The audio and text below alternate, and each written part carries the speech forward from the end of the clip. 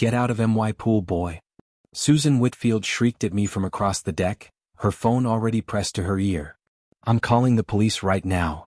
I was floating peacefully in what she thought was her community pool, enjoying my first swim in the facility I'd purchased along with the entire Meadowbrook police station complex 6 months ago. Susan didn't know that yet. She was about to find out in the most humiliating way possible. Before you watch full story, comment below from which country are you watching. Don't forget to subscribe. This wasn't my first encounter with Susan Whitfield's particular brand of suburban racism. Over the past 6 months, I'd heard stories from my property manager about her increasingly aggressive behavior toward anyone who didn't fit her narrow definition of community standards. She'd called the police on teenage Hispanic kids for loitering while they waited for the bus. She'd harassed an elderly Asian man for suspicious behavior when he was actually delivering groceries to his daughter. She'd even tried to ban a Muslim family from using the community center during Ramadan, claiming their prayer times disrupted normal activities. But Susan had made one crucial mistake in her reign of terror. She'd never bothered to find out who actually owned the property she was trying to control. When Washington Property Development purchased the entire Meadowbrook complex, including the community center, police station, and 3 surrounding commercial buildings from the cash-strapped city, Susan assumed it was just another faceless corporation. She had no idea that Washington Property Development was my company, built from the ground up after 20 years of saving every penny from my job as a software engineer. The irony was delicious. Susan spent her days trying to keep people who looked like me out of her neighborhood, while I literally held the mortgage on half the buildings around her. 911, what's your emergency? I could hear the dispatcher's voice clearly in the humid afternoon air. There's a black man trespassing in our private pool. Susan screamed into her phone, pointing at me like I was some kind of dangerous criminal. He doesn't belong here. This is a residents-only facility. The Freudian slip wasn't lost on me. Susan Whitfield, queen of the Meadowbrook Community Association, had just revealed exactly what kind of person she really was. Too bad for her, she was about to learn exactly what kind of person I really was. Ma'am, what's the address? The dispatcher asked. Meadowbrook Community Center, 1247 Oak Street, Susan replied, never taking her hateful eyes off me. Hurry. He looks dangerous. Dangerous. Right. I was doing the backstroke in swim trunks, but apparently my melanin content made me a threat to suburban security. The truth was, I'd been looking forward to this confrontation for months. Not because I enjoyed conflict, but because Susan's behavior had become so outrageous that someone needed to check her power trip before she seriously hurt someone. My property manager, Janet Rodriguez, had been documenting Susan's complaints and harassment incidents for months, building a file that would make a civil rights attorney salivate. Mr. Washington, Janet had told me just last week, Susan Whitfield has filed 47 complaints in 6 months. 47. And every single one targets people of color or non-English speakers. She's creating a hostile environment that could expose you to liability lawsuits. That's when I decided it was time for a personal intervention. Susan needed to learn that her actions had consequences, and I was uniquely positioned to teach her that lesson. Officers are en route, the dispatcher confirmed. Susan smiled with ugly satisfaction. You hear that, boy? The police are coming. You better run before they drag you out in handcuffs. I laughed, actually laughed, which seemed to infuriate her even more. Something funny about going to jail? She snapped. Oh, Susan, I said, climbing out of the pool and grabbing my towel. You have no idea how funny this is about to get. How do you know my name? She demanded, suddenly looking uncertain. The same way I know you're about to have the worst day of your life. The police sirens were getting closer now. Susan's smile returned as she imagined her victory over the black man who dared to swim in her pool. She had no idea she was about to meet the man who signs her neighborhood police officers' paychecks. I hope you enjoyed your little swim, she said smugly. Because it's going to be your last one. 2 patrol cars pulled into the parking lot, and I recognized both officers immediately. Officer Martinez stepped out of the first car. Good man, been on the force for 8 years. Officer Johnson emerged from the second vehicle. Newer officer, but eager to learn and do right by the community. The timing was perfect. I'd specifically chosen today for my swim because I knew Martinez and Johnson were on duty. Both officers had been part of the community policing initiative I'd helped fund when I bought the police station. They understood the importance of building trust between law enforcement and the community, especially after several high-profile incidents of racial profiling in neighboring towns. Officer Martinez had actually thanked me personally for the new equipment and training programs I'd funded. "Mr. Washington," he'd said during the facility dedication ceremony, "your investment in our department means we can focus on real crime instead of responding to frivolous complaints from people who think being black in public is suspicious activity." I'd laughed at the time, but Martinez wasn't joking. The data showed that nearly 30% of 911 calls from the Meadowbrook area were complaints about suspicious people who turned out to be delivery workers, visitors, or residents of color going about their daily lives. "Over here, officers," Susan called out, waving frantically. "I've got him cornered." Martinez and Johnson walked over, and I could see the exact moment they recognized me. Their faces went from professional alertness to barely contained amusement. "Afternoon, Mr. Washington," Officer Martinez said with a slight grin. "Everything all right here?" Susan's face went white as she processed the respectful greeting. You know this criminal?" "Criminal?" Officer Johnson repeated, his eyebrows shooting up. "Ma'am, are you referring to Mr. Marcus Washington?" "I don't care what his name is," Susan sputtered. "He's trespassing in our private pool." Officer Martinez looked around the facility with exaggerated confusion. "Ma'am, this is the Meadowbrook Community Center. It's a public facility." "No, it's not," Susan insisted. "It's for residents only. We have HOA agreements." "Actually," I said, deciding it was time to drop the bomb, "the facility changed ownership 6 months ago. It's now completely open to the public." Susan whirled on me. "That's impossible. I would have been notified." "You were?" I replied calmly. "The new owner sent letters to all HOA board members explaining the change in policy." "I never received any letter." Officer Johnson pulled out his notepad. "Ma'am, what's your name?" "Susan Whitfield, HOA President and Community Representative." "Ms. Whitfield," Officer Martinez said, his tone becoming more serious, "you called 911 to report a black man swimming in a public pool." "He doesn't live here," she protested. "I've never seen him before." "That's because," I said, enjoying every second of this revelation, "I don't live in your neighborhood. I live in the penthouse downtown. But I do own this entire complex." The silence that followed was beautiful. Susan's mouth opened and closed like a fish gasping for air. "You, what?" she whispered. "Marcus Washington, Washington Property Development," I said, extending my hand to Officer Martinez, who shook it with a barely suppressed grin. "I purchased the Meadowbrook Community Center and the adjacent police station from the city 6 months ago as part of a public-private partnership." Susan looked like she was about to faint. "You own the police station?" "The building, yes. I lease it back to the city for $1 per year as part of my community investment initiative." I turned to Officers Martinez and Johnson. "How are you gentlemen enjoying the new fitness center and locker room renovations?" "They're fantastic, sir," Officer Johnson replied enthusiastically. "The whole department appreciates your investment in our facility." Susan was staring at me like I'd just announced I was an alien. But you can't, you're black," I finished for her. "Yeah, I noticed that about myself.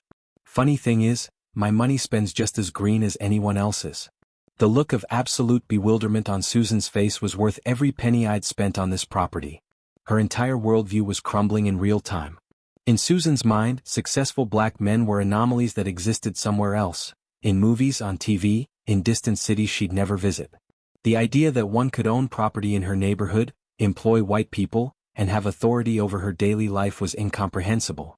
"This has to be some kind of mistake," Susan stammered. "Black people don't own. I mean, people like you don't usually." "Don't usually what, Susan?" I asked, genuinely curious to hear how she'd finish that sentence. "Live in neighborhoods like this," she said weakly. "Actually," Officer Johnson interjected, "Mr. Washington lives in the presidential suite at the Meridian Tower downtown. That's the most expensive residence in the city." I could see Susan doing the math in her head. If I lived in the presidential suite and owned multiple properties, I was significantly wealthier than anyone in her middle-class subdivision. The cognitive dissonance was breaking her brain. "But how?" she asked, her voice small and confused. "College, hard work, smart investments, and a little thing called the American dream," I replied.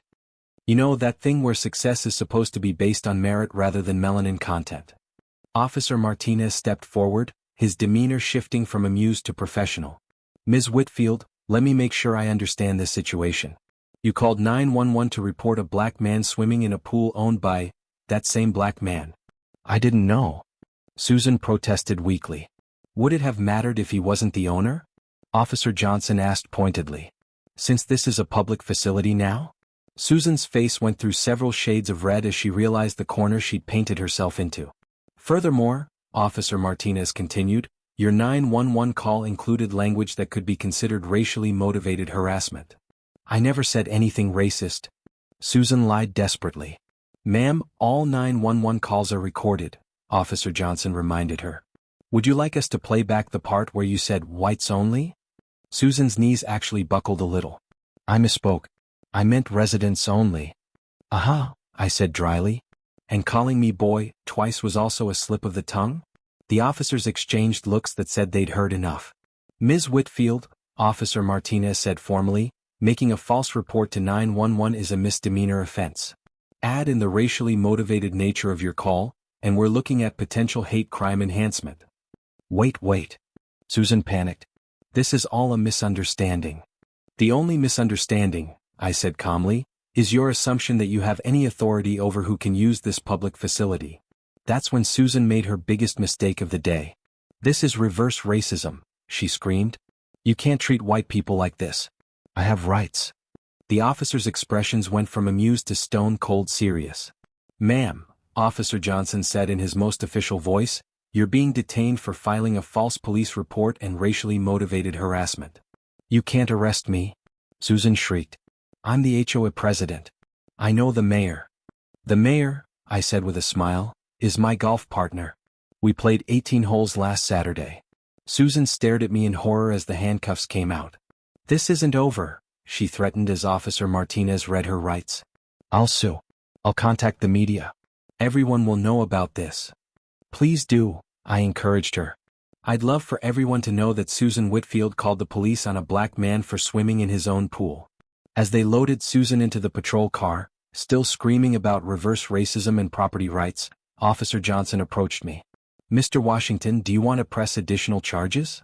We could probably make a case for harassment, disturbing the peace, maybe even a civil rights violation. I considered it for a moment, watching Susan's red face pressed against the patrol car window. You know what, Officer Johnson? I think the embarrassment is punishment enough. But I do want this incident documented. Something tells me Susan's going to try to spin this story. Already on it, sir. Full report with witness statements. After the police left with Susan, I settled back into my pool chair and pulled out my phone. Time to make a few calls that would change Susan's life forever. But first, I wanted to understand exactly how deep Susan's racism ran. I called my head of security, Mike Torres, who monitored all the cameras on my properties. Mike, it's Marcus. I need you to pull up all the footage from the community center over the past 6 months. Focus on incidents involving Susan Whitfield. Already pulled it, boss, Mike replied with a chuckle. Been waiting for you to ask.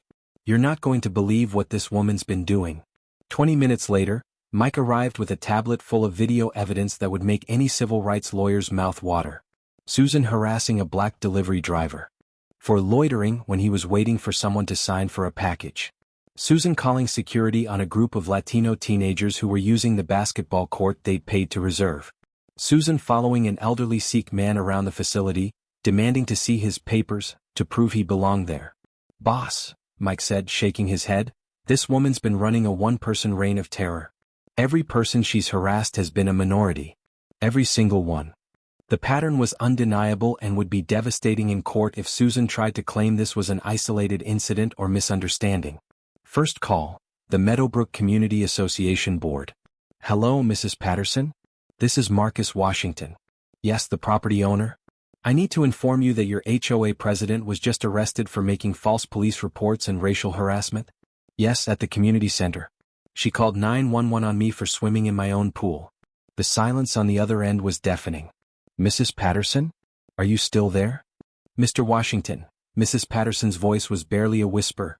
I am so deeply ashamed.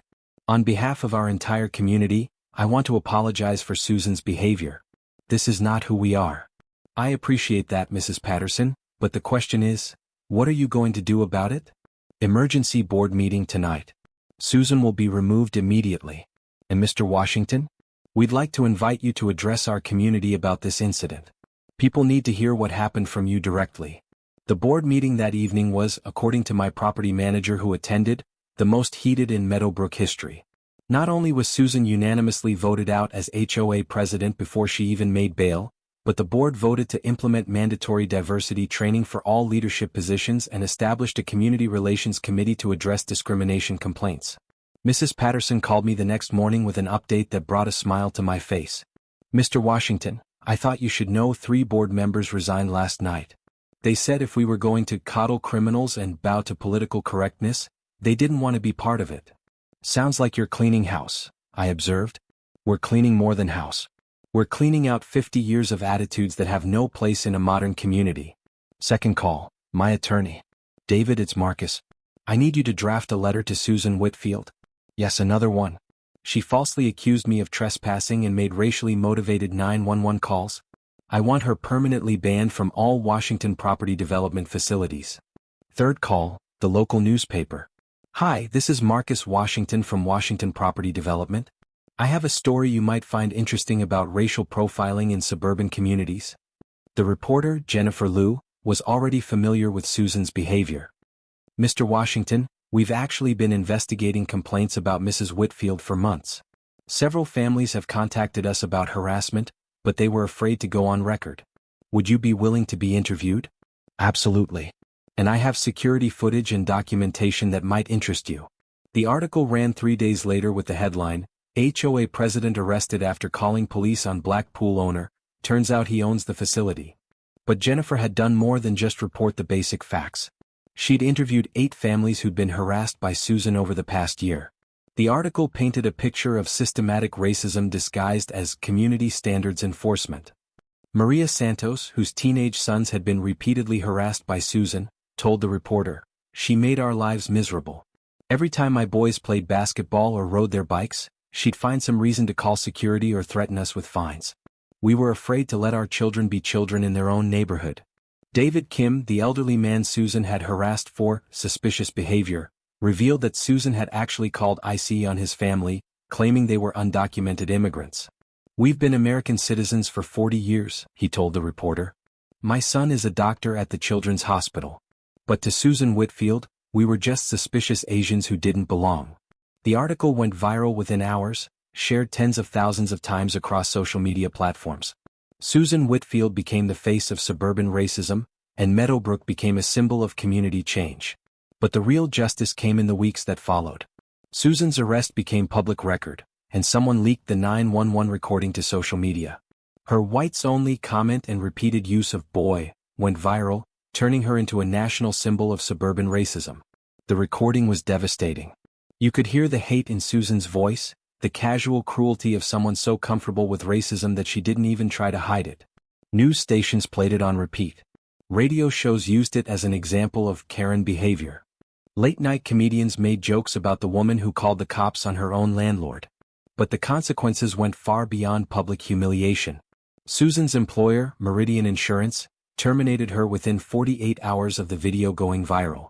The company's CEO released a statement saying, "Meridian Insurance serves customers of all backgrounds and cannot employ individuals whose personal conduct contradicts our values of equality and respect." Her husband Robert's real estate agency suffered immediate fallout. 3 major clients canceled contracts, citing concerns about being associated with racist behavior. The local real estate board launched an investigation into whether Robert should face professional sanctions for his wife's actions. Their country club, Meadowbrook Golf and Tennis, revoked their membership after an emergency board meeting. The club's president, ironically a black woman named Dr. Angela Foster, explained the decision in a letter to members. "Racism has no place at Meadowbrook Golf and Tennis. We are committed to maintaining an environment where all members feel welcome and respected." Even their church asked them to consider finding a new congregation. Pastor Williams explained to local media, "We preach love, acceptance, and the belief that all people are created equal. Susan's actions are incompatible with our Christian values." The social isolation was complete and swift. Neighbors who had once considered Susan a friend crossed the street to avoid her. Former allies on the HOA board refused to take her calls. Her own sister publicly condemned her behavior on Facebook. The community center, which had been struggling with membership, suddenly became the most popular facility in the city. Families drove from across town to swim in the pool where Marcus Washington had been racially profiled by an HOA president. I started offering free swimming lessons for kids from low-income families. The irony wasn't lost on anyone that the pools Susan tried to keep segregated became a symbol of integration and community unity. The transformation was remarkable. Within a month, the community center hosted its first Unity Festival, a celebration of the neighborhood's diversity that drew over 500 people. Local news covered the event, interviewing families who talked about how Susan's arrest had actually brought the community closer together. Susan's racism was like a cancer, explained new HOA President Mrs. Chen during her interview. Once we cut it out, the community could finally heal and grow into what it was always meant to be. The festival featured food trucks representing a dozen different cultures, live music from local artists of all backgrounds, and activities for children that promoted inclusion and understanding. I donated $50,000 to make the event free for all families, and local businesses sponsored activities that would become annual traditions. Standing on the pool deck that day, watching children of every color playing together in the water where Susan had tried to enforce segregation, I felt a profound sense of satisfaction. This was what community looked like when it was built on acceptance rather than exclusion. The Meadowbrook HOA, desperate to distance themselves from Susan's actions, reached out to apologize and invite me to speak at their next community meeting. Mr. Washington, the new HOA president, Mrs. Chen, said during my visit, "We want you to know that Susan Whitfield's views don't represent our community." "I appreciate that," I replied, "but the real question is, what are you doing to ensure this doesn't happen again?" They implemented new anti-discrimination policies, diversity training for board members, and established a community relations committee to address racial bias complaints. Susan, meanwhile, faced consequences that extended far beyond her arrest. Her legal troubles multiplied when the families she'd harassed decided to file civil lawsuits. The video evidence Mike had compiled became crucial in these cases, showing a clear pattern of discriminatory behavior that would be impossible for Susan to deny or explain away. The first lawsuit came from the Santos family, whose teenage sons had been repeatedly targeted by Susan. Their attorney, David Chin, no relation to the new HOA president, filed a federal civil rights lawsuit seeking damages for emotional distress and violation of their constitutional rights. Mrs. Whitfield used her position of authority to systematically harass my clients based solely on their race, Chin explained to reporters.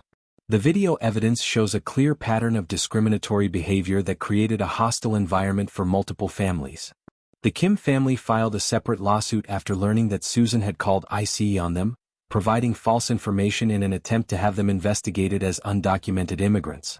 That lawsuit included charges of defamation and intentional infliction of emotional distress. A third lawsuit came from the Williams family, whose 8-year-old daughter had been traumatized when Susan called police on her for suspicious behavior. The child had been selling Girl Scout cookies door to door in her own neighborhood. Susan's attorney tried to negotiate settlements, but the families wanted public vindication, not just money. Each case would go to trial, ensuring that Susan's behavior would be examined in detail in multiple court proceedings. The criminal charges were eventually reduced to a misdemeanor with community service, but the social consequences were devastating. Susan became a pariah in her own neighborhood. 6 months later, she moved away from Meadowbrook entirely. The moving trucks arrived on a Tuesday morning, and I happened to be at the community center for a board meeting when several residents called to let me know. I drove over to Susan Street, not to gloat, but to ensure the transition was peaceful. Susan was supervising the movers when she saw my car pull up. For a moment, our eyes met across her front yard. I expected anger, defiance, maybe even another outburst. Instead, I saw something I hadn't expected: defeat. She walked over to where I stood by my car, her shoulders slumped, looking years older than when I'd first encountered her at the pool. "Mr. Washington," she said quietly, I wanted to say something before I left." "I'm listening." "I lost everything," she said, her voice barely above a whisper. "My job, my friends, my reputation. My own children won't speak to me." I waited for her to continue. "I keep trying to understand how it got this bad. How I became this person." "Susan," I said carefully, "racism isn't something that happens overnight. It's a choice you make every day in every interaction, with every assumption you hold about people who don't look like you." She nodded slowly. "I know that now. I'm starting therapy." Court-ordered, but also because I need to understand how I became someone I don't recognize. "That's a good start." "Will you ever forgive me?" she asked. I considered the question seriously. "Susan, forgiveness isn't something you get because you ask for it. It's something you earn by changing who you are and making amends for the harm you've caused. The question isn't whether I'll forgive you, it's whether you'll do the work to become someone worthy of forgiveness. She nodded again, tears in her eyes. The families I hurt. I want to make it right somehow. Then you should probably start by not fighting their lawsuits. Accept responsibility, pay the damages, and use your story to help other people understand why racism is so destructive. I'll think about that, she said. As her moving truck pulled away from Meadowbrook for the last time, I felt a complex mix of emotions. Justice had been served, but there was no joy in watching someone's life completely unravel, even someone who'd caused so much pain. But the most satisfying moment came during a city council meeting where I was presenting plans for a new community development project. Mr. Washington, Councilman Rodriguez said, your investment in our community has been transformative. The Meadowbrook facility is now a model for public-private partnerships. Thank you, Councilman. I believe in investing in communities that embrace diversity and inclusion. Speaking of which, he continued with a smile, I understand you had some interesting interactions with local HOA leadership? The audience chuckled, knowing the story well. Let's just say, I replied, some people needed to learn that pool ownership isn't determined by skin color. The room erupted in applause. After the meeting, a young black boy approached me with his mother. Mr. Washington, the boy said shyly, my mom says you're the man who made the pool safe for everyone. What's your name, son? Jamal. I take swimming lessons at your center now. And how are those lessons going? Great. I can do the backstroke just like you did when that mean lady called the police. His mother smiled. Jamal, tell Mr. Washington what you want to be when you grow up. A police officer, Jamal said proudly, so I can help people instead of arresting them for swimming. That conversation reminded me why I'd bought the police station complex in the first place. Not for revenge or power, but to create spaces where kids like Jamal could see themselves as part of the solution. A year later, I received an unexpected phone call that brought the Susan Whitfield story full circle. Mr. Washington? This is Dr. Patricia Moore from the Southern Poverty Law Center. We've been following the Meadowbrook case and we'd like to feature your community transformation in our annual report on combating hate. I'm honored, Dr. Moore, but I'm not sure what we did was that remarkable. Mr. Washington, do you realize that complaint calls to police from the Meadowbrook area have dropped by 70% since Susan Whitfield's arrest? That the community center has become a model for integration programming? That 3 other cities have contacted your team asking how to replicate your success? I hadn't realized the scope of the change we'd created. More importantly, Dr. Moore continued, your response to racism wasn't just punitive, it was transformative. You didn't just destroy a racist, you built something better in her place. That's the kind of leadership we need to see more of. The SPLC report, published 6 months later, featured Meadowbrook as a case study in community-led responses to racial harassment. The report was distributed to civil rights organizations, law enforcement agencies, and community leaders across the country. Today, the Meadowbrook Community Center hosts swimming lessons, youth programs, and community events that bring together families from all backgrounds. The pool where Susan tried to enforce segregation now sees children of every race playing together daily. The police station next door has become a model for community policing, with officers who understand that their job is to serve everyone equally. And Susan Whitfield? She learned that racism has consequences, even in suburban America. The funniest part of the whole story came a year later when I received a letter from Susan's new address in another state. Mr. Washington, it read, I want to apologize for my behavior at the pool. I've had time to reflect on my actions and realize they were wrong. I hope you can forgive me. I showed the letter to my attorney, who laughed out loud. Think she's sincere? He asked. I think she's scared I might buy property in her new neighborhood, I replied. The truth is, Susan's apology didn't matter to me. What mattered was that her actions had consequences, that the community responded appropriately, and that positive change came from a negative situation. The real victory wasn't getting Susan arrested. It was proving that racism doesn't go unchallenged anymore, even when it wears a pleasant suburban facade.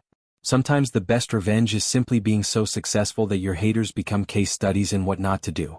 And sometimes the most powerful response to "you don't belong here" is showing them the deed with your name on it. Susan called the cops on me for swimming while black. She just didn't know she was calling them on their landlord. The moral of this story isn't about owning police stations or having enough money to make racists look foolish. It's about the fact that racism is never acceptable, regardless of where it happens or who perpetrates it. Susan's assumptions about who belonged at that pool were based purely on skin color, and those assumptions cost her everything. But the real victory here is that a community chose progress over prejudice. They could have defended Susan, made excuses, or ignored the problem. Instead, they took action to ensure it wouldn't happen again. Racism thrives in silence and dies in sunlight. Susan's 911 call was meant to humiliate and intimidate. Instead, it exposed her true character and gave a community the opportunity to choose what kind of place they wanted to be. Sometimes justice looks like handcuffs. Sometimes it looks like consequences. And sometimes, it looks like a little black boy learning to swim in a pool where he knows he belongs.